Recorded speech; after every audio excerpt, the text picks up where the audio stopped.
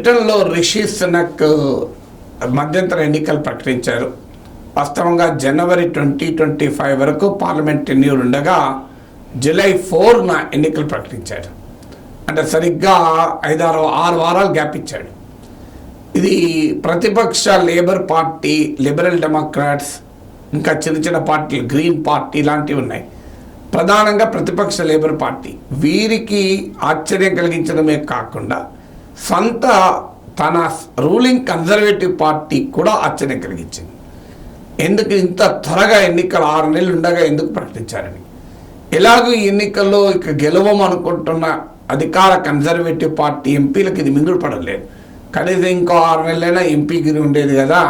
ఈ రిషి సునక్ తీసుకున్న చర్య వల్ల 6 నెలల ముందే తమ అధికారం పోతుంది అని కన్జర్వేటివ్ ఎంపీలు రిషి సునక్ పైన గుర్రమంటున్నారు.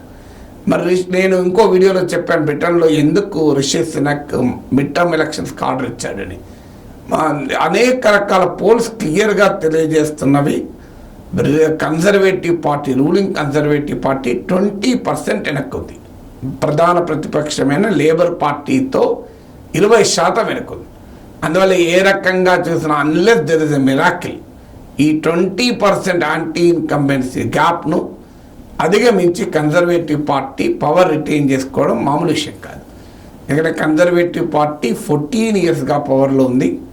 14 ఏళ్ళ అధికారం ఉండడం వల్ల built in anti incumbency. Rishi Sunak అంటే ఈ మధ్య ప్రైమ్ మినిస్టర్ అయ్యాడు, కానీ కన్జర్వేటివ్ పార్టీ పైన పీకల దాకా ప్రజల్లో తీవ్రమైన వ్యతిరేకత ఉంది. సో అందువల్ల బ్రిటన్లో అధికార మార్పిడి జరిగే అవకాశం స్పష్టంగా కనబడుతుంది. లేబర్ పార్టీ చాలా ఊపులో ఉంది అధికారంలోకి వస్తామని. ఈ సమయంలో రిషి సునక్ 6 నెలల ముందు ఎన్నికలు జరపడం ద్వారా ఎంతో కొంత ఈ ప్రభుత్వ వ్యతిరేకతను అధిగమించవచ్చు అని ఆశిస్తున్నాడు. నేను అంతకుముందు వీడియోలో చెప్పినట్లు ఇన్ఫ్లేషన్ కొంత కంట్రోల్లో ఉంది. ఇమ్మిగ్రేషన్ రిఫార్మ్స్కు లీగల్ క్లియరెన్స్ వచ్చింది. So Britain cost of living crisis కాస్త శాంతపడింది. ఎకానమీ కొద్దిగా స్టేబుల్ అయింది. అందువల్ల ఈ అప్రాప్రియేట్ మూమెంట్లో ఎన్నికలు జరిపితే యాంటీ ఇన్కంబెన్సీని, ప్రభుత్వ వ్యతిరేకతను ఎంతో కొంత అధిగమించవచ్చు అనేది రిషి సునక్ ఐడియా. ఇంకా 6 నెలలు ఆగితే పరిస్థితి ఇంకా చేజారిపోతుందో అని.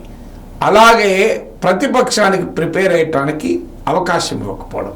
మన దేశంలో కూడా ఇలాంటి ఎత్తుగడలు నడుస్తూ ఉంటాయి. So catching opposition by surprise అంటారు. ప్రతిపక్షం సడన్గా ఎన్నికలు వచ్చే వరకు సో ప్రిపేర్ అయి ఉండదు కనుక. బట్ ఆ ప్రమాదం కన్జర్వేటివ్ పార్టీ కూడా కనబడుతోంది. అందువల్ల కన్జర్వేటివ్ పార్టీ ఎంపీలు గగ్గోలవుతున్నారు. ఇప్పటికీ 78 కన్జర్వేటివ్ పార్టీ ఎంపీలు, సిట్టింగ్ ఎంపీలు మేము పోటీ చేయమని చెప్పి ప్రకటించేశారు. సాధారణంగా వ్యతిరేకత, యాంటీ ఇన్కంబెన్సీ ఉన్నప్పుడు పార్టీ టికెట్లు ఇవ్వదు. వ్యతిరేకత ఉన్నప్పుడు సిట్టింగ్ ఎంపీలను మార్చడము, సిట్టింగ్ ఎమ్మెల్యేలను మార్చడం అని మన దేశంలో చర్చ పెడుతూ ఉంటాం చూడండి. సో అక్కడ మార్చాల్సిన అవసరం లేదు. మన దేశంలో అయితే ఓడిపోతామన్నా కూడా వాడు నేను పోటీలే ఉంటా అంటాడు. 10 సార్లు ఓడిపోయినా కూడా ఈసారి 11 సార్ గెలవపోతున్నా సార్, మా జ్యోతిష్యుడు చెప్పిండి ఈసారి నాకే ఉందట అని చెప్తాడు. కానీ బ్రిటన్ అలా కాదు. ఇప్పటికీ 78 మంది ఎంపీలు మేము పోటీ చేయం, we don't want to contest అని ప్రకటించారు. ఇందులో మాజీ ప్రధాని తెరెసా మే లాంటి వాళ్ళు, అలాగే మీకు మైకేల్ గవ్ అనే ఇతను హౌసింగ్ మినిస్టరు, గతంలో రిషి సునక్ లాగా దేశ ప్రధానికి కావాలని పోటీపడ్డ వ్యక్తి. సో అలా 2 క్యాబినెట్ మంత్రులు, ఒక మాజీ ప్రధానితో సహా 78 కన్జర్వేటివ్ ఎంపీస్ చేతులు తెచ్చారు. మేము పోటీ చెయ్యం ఈసారి అని. ఎందుకంటే పోటీ చేస్తే ఘోర పరాజయం తప్పదు అని స్పష్టంగా అర్థమవుతుంది.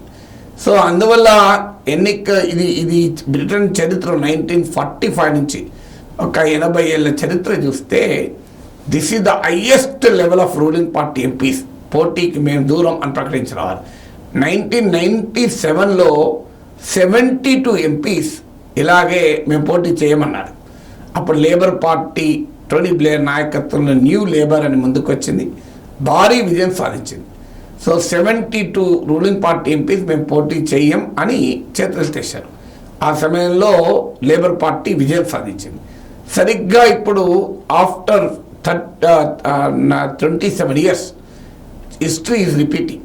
అప్పుడు 72 మంది ఎంపీలు చేతులెత్తేస్తే ఇప్పుడు 78 ఎంపీస్ చేతులెత్తేశారు. అందువల్ల మరోసారి లేబర్ పార్టీ ఘన విజయం వైపుగా పోతుంది.